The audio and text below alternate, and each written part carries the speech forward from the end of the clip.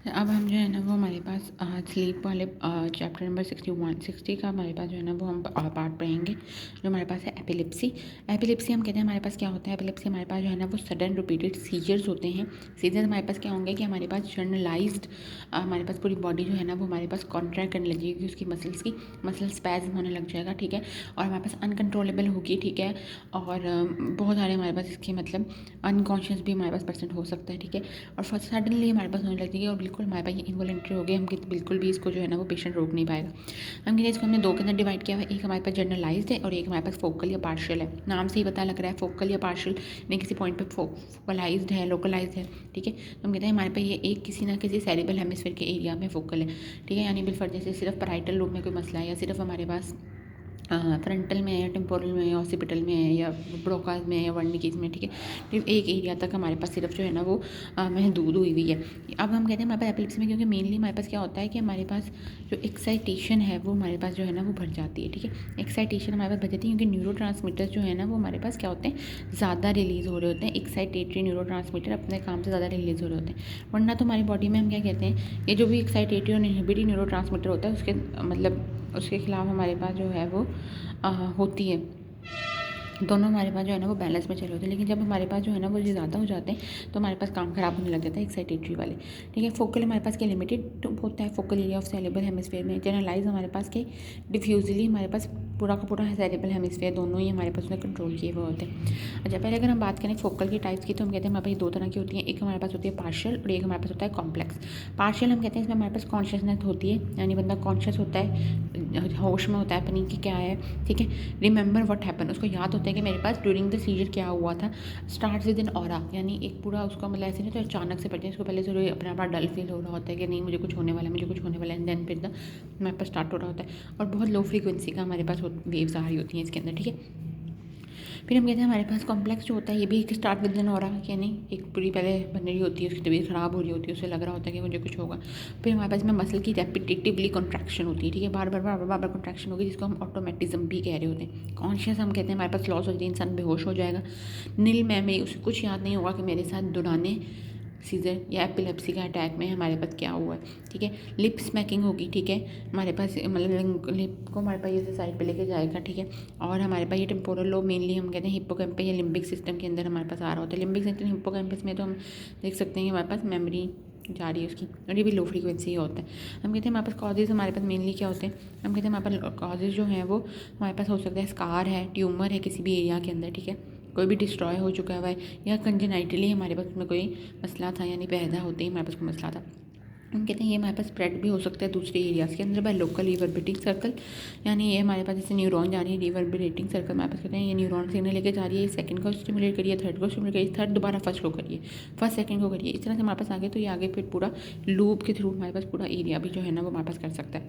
फिर हम कहते हैं हमारे पास एक जैक्सोनियन मैच होता है जिसमें हम कहते हैं कि हमारे पास जब opposite side of the body में प्रोग्रेसिव हमारे पास मसल कॉन्ट्रैक्शन हमारे पास, यानी पहले अपर लिम्ब से स्टार्ट हुई साइकिल पे ट्रंक लोअर लिम्ब में प्रोग्रेसिवली हमारे पास पूरा मार्च हो मसल कॉन्ट्रैक्शन का through out the opposite side of the body में, यानी जिसमें लीजन है उससे ऑपोजिट साइड में, तो हमारे पास इसको हम जैक्सोनियन मार्च कह रहे होते हैं। अब हम कहते हैं हमारे पास जो है ना वो जनरलाइज होगा। जनरलाइज में हमने बात की कि हमारे पास डिफ्यूज़ होता है दोनों हेमिस्फीयर में। इसको हमारे पास दो टाइप होती है, इसको हम ग्रैंड माल होती है और एक हमारे पास होती है एब्सेंस। ग्रैंड माल को हम टॉनिक क्लोनिक सीजर भी कह रहे होते हैं। ये हम कहते हैं हमारे पास में कॉन्शियसनेस फुली लॉस्ट होने वाली है, ठीक है। इसमें तो शायद थोड़ी बहुत रहे, इसमें तो अच्छी खासी बिल्कुल इंसान बेहोश हो जाएगा। जो एरियाज मेनली ज़्यादा इन्वॉल्व होते हैं वो सेरिब्रल कॉर्टेक्स, सेरिबेलम और ब्रेन स्टेम, यानी देख सकते हैं पूरा ही हमारे पास ब्रेन जो है ना वो हुआ हुआ है। हम कहते हैं हमारे पास कॉजेज में इडियोपैथिक, यानी हमें कोई भी कॉज इसका मालूम नहीं है कि क्या हमारे पास कॉज हो सकता है। हेरिडिटरी, यानी फैमिली में हमारे पास हिस्ट्री है, ठीक है। अगर ऐसे कोई पेशेंट है उनको हेरिडिटी, तो उनको हम कहते हैं हमारे पास कोई भी इमोशनल स्टिमुलाई आएगा, फीवर होगा, कोई ड्रग्स या अल्कलोसिस अगर हमारे पास इनको हो जाएगी, यानी हाइपरवेंटिलेशन वगैरह आएगा, कोई नॉइस या फ्लैशिंग लाइट आएगी, तब भी इनको हमारे पास क्या हो जाएंगे, सीजर स्टार्ट हो जाएंगे। अगर कोई ऐसा पर्सन है जो नॉर्मल है, उसको फैमिली हिस्ट्री भी नहीं है, तो उसको हम कहते हैं हमारे पास ट्यूमर इन्फेक्शन या लीजन होगा, तब भी हमारे पास ये स्टार्ट होंगे। सिम्टम्स में हमारे पास हाइपरटोनिया हो जाता है, यानी बहुत ज़्यादा रिजिडिटी इनमें आ जाएगी।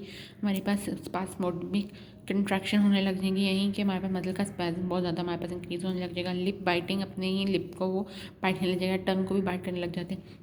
और ब्रीदिंग में बहुत ज़्यादा हमारे पास डिफ़िकल्टी होगी तो फ़ौरन से हमारे पास जब ब्रीदिंग में डिफ़िकल्टी होने वाली है तो ऑफ कोर्स हमारे पास साइनोसिस हो जाएगा, ब्लू बॉडी होने लग जाएगी, हमारे पास सांस वगैरह नहीं आएगा, तो हम बता सकते हैं। हार्ट रेट हम कहते हैं हमारे पास बहुत ज़्यादा ऑटोनॉमिक नर्वस सिस्टम हमारे पास हार्ट रेट को बहुत इंक्रीज़ कर देगा।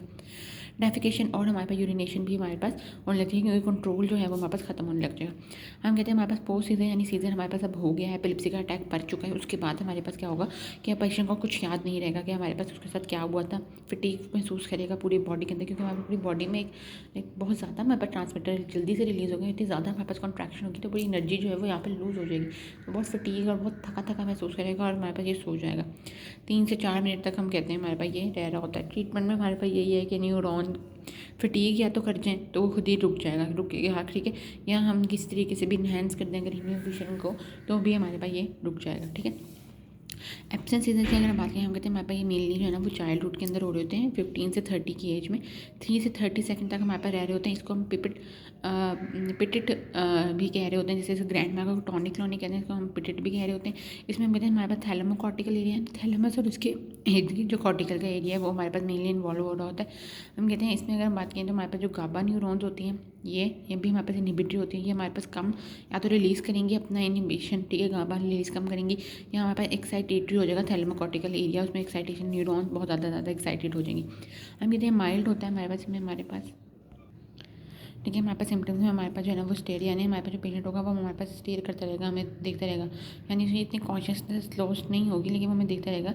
कुछ ऑफ द स्टेट के लिए हमारे पास पार्शली कॉन्शियसनेस में चला जाएगा, क्योंकि उसको कुछ पता नहीं लगेगा कि आगे किसी क्या हो रहा है, बस वो हमारे पास स्टेयर करता रहेगा, ठीक है। ट्विचिंग ऑफ द मसल हमारे पास होने लग जाएगी, कहीं किसी भी एरिया में हमारे पास ट्विच होने लग गया मसल, ब्लिंक करने लग जाएगा वो हमारे पास, या तो लिप की स्मैकिंग करने लग जाएगा। ये हम कहते हैं हमारे पास टॉनिक क्लॉनिक के अंदर भी हमारे पास कन्वर्ट हो सकता है।